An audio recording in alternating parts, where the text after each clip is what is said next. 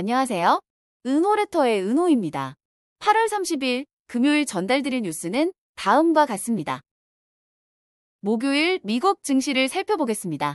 애플과 엔비디아가 오픈 AI의 새로운 투자 라운드에 참여할 가능성이 제기되었습니다. 네덜란드 정부가 ASML의 중국 내 반도체 장비 유지 보수와 수리 작업에 대한 새로운 제재를 도입할 계획입니다. 중국이 올해 경제 성장 목표인 5%를 달성하는 것은 점점 더 어려워질 것으로 보입니다. 옐프가 구글을 상대로 반독점 소송을 제기했습니다. 토요타의 7월 글로벌 생산량이 6개월 연속 감소를 기록했습니다. 델, 룰루레몬, 울타뷰티가 실적을 발표했습니다. 자세하게 하나씩 살펴볼까요? 오늘 주식 시장에서는 혼조세가 나타났습니다.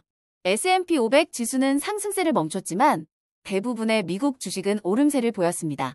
다우 지수는 사상 최고치를 기록하며 강한 모습을 보였고 나스닥 지수는 엔비디아 주가가 급락하면서 하락세를 보였습니다. 경제 지표 측면에서는 미국 경제가 2분기에 3% 성장하며 예상보다 강한 모습을 보였습니다.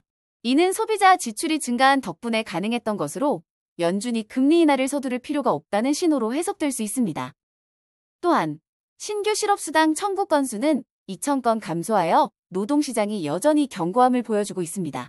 결론적으로 기술주 조정에도 불구하고 미국 경제의 강력한 소비 지출과 낮은 해고율 덕분에 전반적으로 긍정적인 모습을 보였으며 특히 다우 지수가 상승세를 유지했습니다. 애플과 엔비디아가 오픈 AI의 새로운 투자 라운드에 참여할 가능성이 제기되었습니다. 새로운 투자 라운드에서 오픈 AI의 가치는 약 1,000억 달러로 평가받을 것으로 예상되며 마이크로소프트도 투자에 참여할 예정입니다. 애플과 엔비디아의 오픈 AI 투자 참여는 AI 기술이 시장에서 점점 더 중요해지고 있음을 보여주며 애플의 AI 전략은 주가 상승을 이끌 것으로 전망됩니다.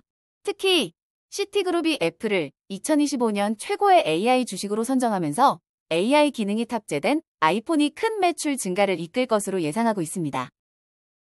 ASML은 세계에서 최첨단 반도체 장비를 공급하는 회사로 특히 심자회선 리소그래피 장비는 중국 반도체 제조업체들이 필수로 사용하는 장비입니다. 네덜란드 정부가 ASML의 중국 내 반도체 장비 유지 보수와 수리 작업에 대한 새로운 제재를 도입할 계획입니다. 이로 인해 중국의 반도체 산업 발전에 큰 타격이 예상됩니다. 이번 제재는 미국의 압박에 따른 것이며 네덜란드 정부는 올해 말 만료되는 ASML의 일부 라이선스를 갱신하지 않을 것으로 보입니다. 이는 ASML의 장비를 사용하는 화웨이와 SMIC 같은 중국 기업들이 첨단 반도체 제조에서 더욱 어려움을 겪게 만들 것입니다. ASML 매출의 약 절반이 중국에서 발생하기 때문에 ASML의 매출에도 부정적인 영향이 있을 것으로 예상됩니다. 중국이 올해 경제 성장 목표인 5%를 달성하는 것은 점점 더 어려워질 것으로 보입니다.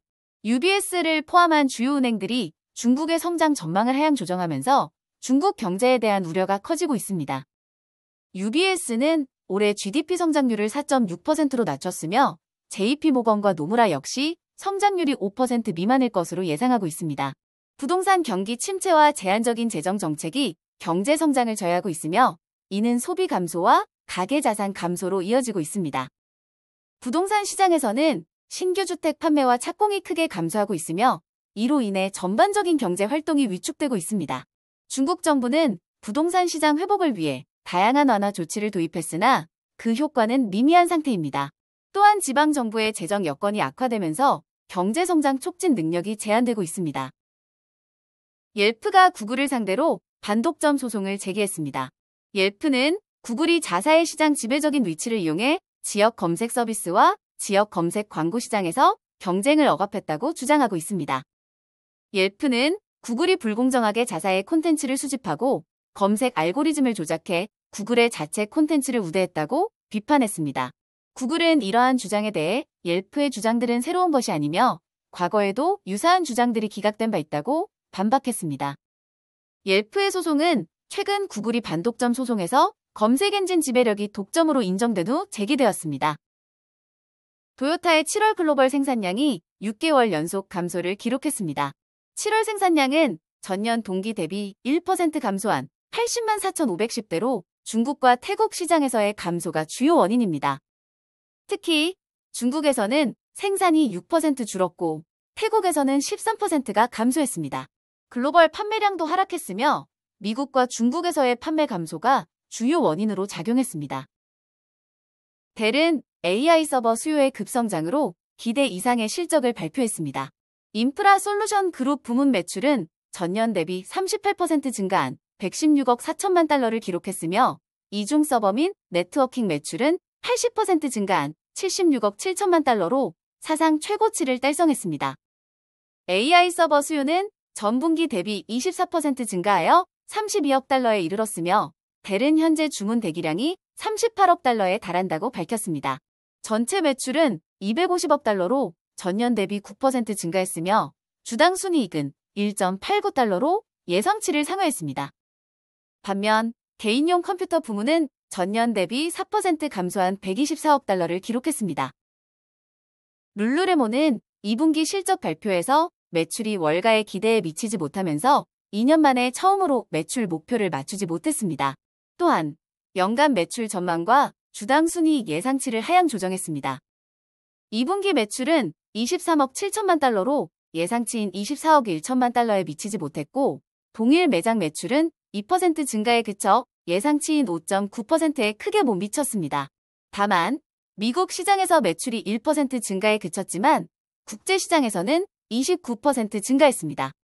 회사의 총이익은 9% 증가했으며 영업이익과 영업마진도 개선되는 등 수익성 측면에서 긍정적인 성과를 보였습니다. 최근 워렌 버핏의 버크셔 해서웨이가 투자한 것으로 알려진 울타뷰티가 2분기 실적에서 월가의 기대를 밑돌며 연간 가이던스를 하향 조정했습니다.